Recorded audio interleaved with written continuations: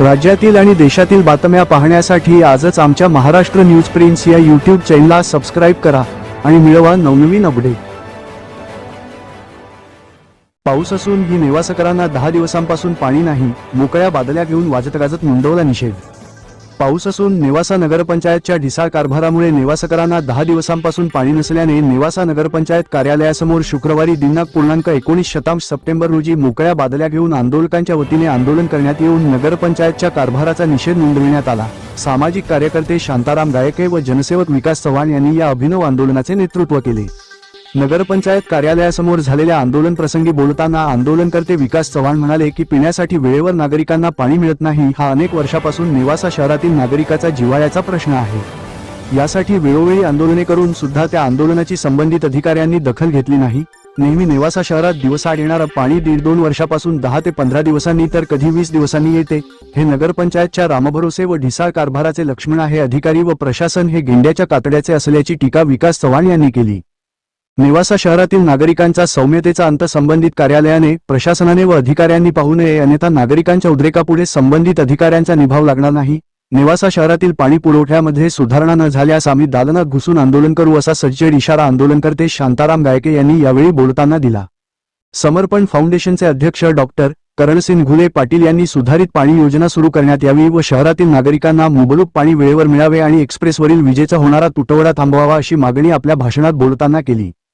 आंदोलन प्रसंगी अनिल सोनवणे, शिवा राजगिरे, शिवाजी गायकवाड, मनीष चव्हाण, प्रकाश चव्हाण, नवीद शेख, संपत लष्करे, रौफ सय्यद, राजू कनगरे, आशफाक पठाण, संपत आळपे तसेच भाजप महिला आघाडीच्या माजी अध्यक्षा श्रीमती यमुना काकू रेलकर, शिवसेना महिला आघाडीच्या शोभाताई आलवणे यांच्यासह नेवासा शहरातील नागरिकांनी मोठ्या प्रमाणात गर्दी केली होती। त्यामुळे आंदोलनाला उत्स्फूर्त प्रतिसाद मिळाला। नेवासा शहरातील नागरिक, महिला या आंदोलनात मोठ्या संख्येने संताप व्यक्त करत सहभागी झाल्या होत्या।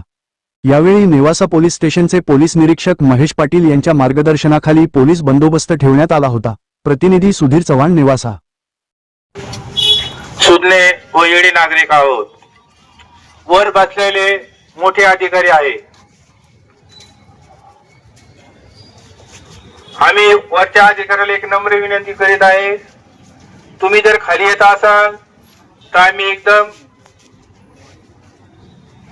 शहाणी माणसं, जर तुम्ही खाली नाही आले तर आम्ही एकदम येडे माणसं।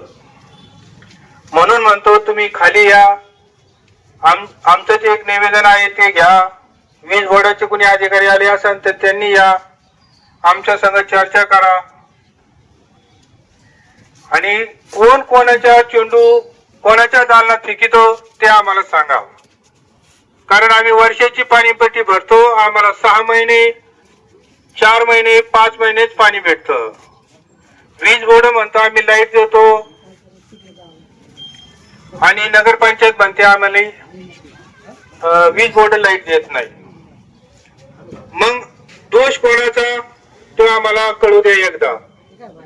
आता एक छोट खानिक हा कार्यक्रम होणार आहे, पण जर कधी आमचं पाणी 2 दिवसाआड 1 दिवसाआड जर नाही दिलं तर ह्याच्यापेक्षा वेगळं आंदोलन तुमच्या दालनात घुसून करणार आहोत, याची पण दक्षता तुम्ही घ्यावा अशी मी तुम्हाला नम्र विनंती करीत आहे।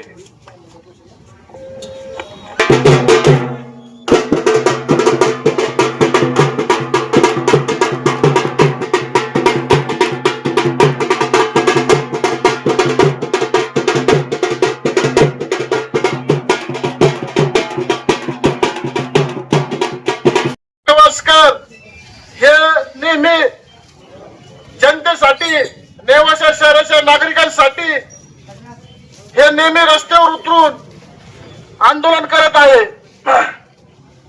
हे काय तुमच्या आमच्या जीवाचा प्रश्न आहे। कारण नेवासा नगरपंचायत ही नेवासाला सुविधा देण्यासाठी आहे, पण ती नेवासा शहरातील नागरिकांना कोणतीही सुविधा देऊ शकत नाही। ही नगरपंचायत नाही, नरक पंचायत झालेली आहे। ही कशाची पंचायत आहे? नरक पंचायत। इथं जनतेने आपल्या व्याधी घेऊन यावं, आपल्या समस्या घेऊन याव्या, त्या अधिकाऱ्यांना सांगाव्या, पण ह्या अधिकारी गेंड्याचे कातडीचे आहेत। हे अधिकारी सामान्य जनतेला टोलाटोलीची उत्तरं देतात। त्यांना कोलून देतात। एखादा सर्वसामान्य कार्यकर्ता, एखादा सर्वसामान्य नागरिक या ठिकाणी आल्यावर अधिकाऱ्यांना प्रामाणिक संमतीने त्यांना विचारतो, साहेब आमच्या गल्लीला, आमच्या प्रभागाला, आमच्या वार्डला आज 20-20 दिवस झाले पाणी नाहीये। तर साहेबाचं उत्तर असतं, मग मी काय करू? अरे तुम्ही काय करू नका, तुम्ही 60-60, 70-70 हजार पगार घेऊन इशीच्या हॉलमध्ये बसलेले, तुम्हाला काय घेणं देणं नाहीये।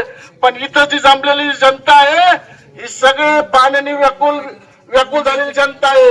यांची आज समजा बाहेरून पाण्याचं टँकर विकत घ्यायचं म्हणलं तर 1000 ते 1,500 रुपये लागतात। हे 1000-1,500 रुपयाचं पाणी विकत घेण्याची आमची लायकी नाहीये। आणि तुम्ही वर्षाच्या मार्च महिन्यामध्ये तुम्ही जनतेला तगादा लावता, रिक्षा फिरवता की तुम्ही घरपट्टी भरा, पाणीपट्टी भरा, आणि ती न भरल्याने तुम्ही त्यांना शास्ती लाविता। शास्ती थोडी तितकी नाही, ती 24%। आता त्या 24% शास्तीला जशाच तसे व्याज आहे, पुन्हा त्याला व्याज आहे, पुन्हा त्याला व्याज आहे। आज कित्येक लोकांच्या, कित्येक नागरिकांच्या घरपट्टी पानपट्टी आज 4 पट, 5 पट, 6 पट, 10 पट झालेले आहेत। आणि हे गेंड्याचे कातडीचे बसलेले लोक आपल्याला एकही सुविधा देण्यास असमर्थ झालेले आहेत। आपण पाहतो, कचरा असो, आरोग्य असो किंवा पाण्याचा प्रश्न असो किंवा अनेक प्रश्न आहेत नेवाशातले। आज नेवासा जर म्हणलं तर तीर्थक्षेत्र आज जगामध्ये ख्याती आहे, देशामध्ये ख्याती आहे। तीर्थक्षेत्र ज्ञानेश्वर माऊलीचं नाव आहे। आज आपण पाहतो या तीर्थक्षेत्राला खीळ बसवण्याचं काम या गेंड्याच्या अधिकाऱ्यांनी चालवलेलं आहे। यांच्यामुळं येणारा भाविक सुद्धा नेवाशात येत नाही, कारण यांनी प्रत्येक वेळेस एकादशीला पाण्याची व्यवस्था नसते, इथं संडास बाथरूमची व्यवस्था नसते, इथं कोणतीच व्यवस्था नसते। भाविक आपला येतो, आता आमचं ज्ञानेश्वर मंदिर जुना रोड आहे, त्या ठिकाणी नेहमी भाविक येतो।